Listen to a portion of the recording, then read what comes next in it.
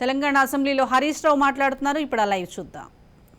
వినండి. శ్రీశైలం ఎంటీడీఎల్ 830 మెయింటైన్ చేయాలి. అదే విధంగా డ్రింకింగ్ వాటర్ లో 20% అకౌంటబిలిటీ చేయాలి. ఇవన్నీ ఒప్పుకుంటే మేము బోర్డుకి ఇవ్వడానికి అభ్యంతరం లేదు అన్నాం. వాళ్ళు ఒప్పుకుంటే బడ్జెట్ లో ప్రతిపాదన పెట్టాం. వాళ్ళు ఒప్పుకోలేదు, నయా పైసా కూడా మేము విడుదల చేయలేదు. కానీ మీరు మాత్రం ఆగమాగం పోయినరు. 2 నెలలనే పోయినరు. బోర్డుకు 4 రోజుల లోపల అప్పచెప్తామని ఒప్పుకొని వచ్చి ఇవాళ మీరు మళ్ళీ ఉల్టా దబాయించే ప్రయత్నం చేస్తున్నారు. ఇప్పటికీ నాగార్జున సాగర్ ఎందుకు సిఆర్పిఎఫ్ పోలీస్ కస్టడీలో ఉంది? స్పీకర్ గారు, హరీష్ రావు గారు ఈ విషయంలో పదే పదే అసత్యాలు పలుకుతున్నారు. ఈ యొక్క మినిట్స్ లో తెలంగాణ సెక్రటరీ ఇరిగేషన్ వ్యతిరేకించిండు అని రాసింది. ఆ తర్వాత సెంటరు ఏదో రాసిందని చెప్తున్నారు. ఇది వచ్చిన తర్వాత దయచేసి ఆగండి. దయచేసి సిఆర్పిఎఫ్ ఎట్లొచ్చింది స్పీకర్ గారు? ఓటింగ్ డే నాడు మీరు రాజకీయ లబ్ధి కోసం ఒక కాన్స్పిరసీతో Andhra forces, police forces Nagarjuna Sagar dam మీద వచ్చినాయి. ఓటింగ్ డే వచ్చినాయి. మీరు ప్రభుత్వంలో ఉన్నారు, మరి మీరు మాట్లాడితే ఎట్లా ఈ విషయం?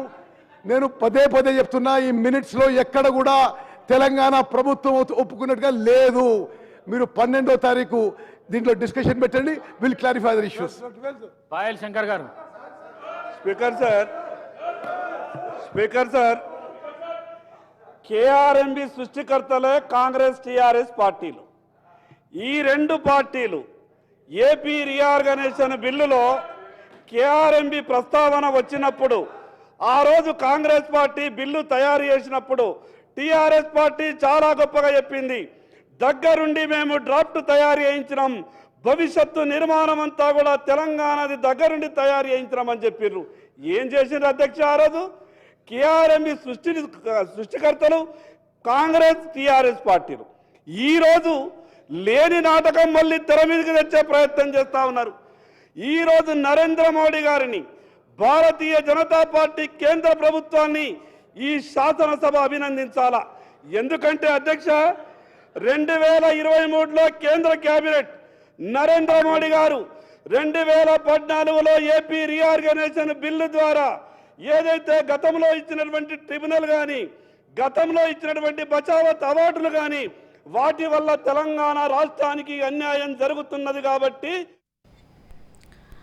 అసెంబ్లీలో బీఆర్ఎస్ నేత మాజీ సీఎం కేసీఆర్ పై విమర్శలు గుప్పించారు సీఎం రేవంత్ రెడ్డి. గత సర్కార్ హయాంలో లోపభూయిష్టమైన నిర్ణయాలు తీసుకున్నారని, వాటిని సరిదిద్దుతూ ముందుకు వెళ్తున్నామని సీఎం రేవంత్ అన్నారు. తెలంగాణ ఉద్యమ సమయంలో ప్రజలు టీజీ అని రాసుకున్నారని, కానీ వారి రాచరిక పోకడల కోసం టీఎస్గా మార్చారన్నారు. తెలంగాణ కోసం ఎంతో మంది ప్రాణత్యాగం చేశారని, కానీ 9 ఏళ్ల బీఆర్ఎస్ పాలనలో తెలంగాణ ప్రజల ఆకాంక్షలు నెరవేరలేదన్నారు. అనంతరం ప్రతిపక్ష నేతగా బీఆర్ఎస్ అధినేత కేసీఆర్ సభకు రాకపోవడం గౌరవం కాదని తెలిపారు. 100 రోజులు కాకముందే బీఆర్ఎస్ వాళ్లు శాపనార్థాలు పెడుతున్నారని, వారు పెట్టే శాపనార్థాలు పిల్లి పెట్టే శాపనార్థాల్లా ఉన్నాయన్నారు.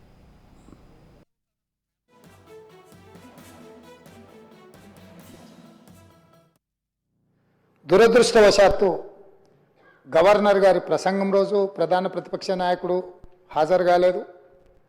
ఈరోజు ఈ చర్చలో అయిన వారు సుదీర్ఘమైన రాజకీయ అనుభవము, పరిపాలనలో వారికి అనుభవం ఉన్నది.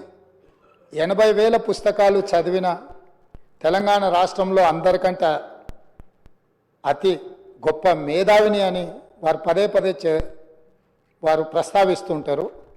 ఆ మేధావితనం ఈ 4 కోట్ల తెలంగాణ ప్రజల యొక్క అభ్యున్నతి కోసం వారు ఉపయోగించి ఈ సభలో మా ప్రభుత్వం తీసుకుంటున్న నిర్ణయాలను సహేతుకంగా విశ్లేషించి, ప్రస్తావించి, ఏమైనా సలహాలు సూచనలు ఇచ్చి, ఈ ప్రభుత్వం తీసుకుంటున్న నిర్ణయాలలో ఏమైనా ప్రజలకు ఇబ్బంది కలిగే అంశాలు ఏమైనా ఉంటే వాటిని సవరించి వారు సూచన చేస్తే, వారి సూచనలు తీసుకొని ప్రతిపక్షాన్ని, ప్రతిపక్ష నాయకుడిని గౌరవించి మా ప్రభుత్వము ప్రజాపాలన అందించాలన్న ఆలోచనతో సభలోకి వచ్చినాం అధ్యక్ష.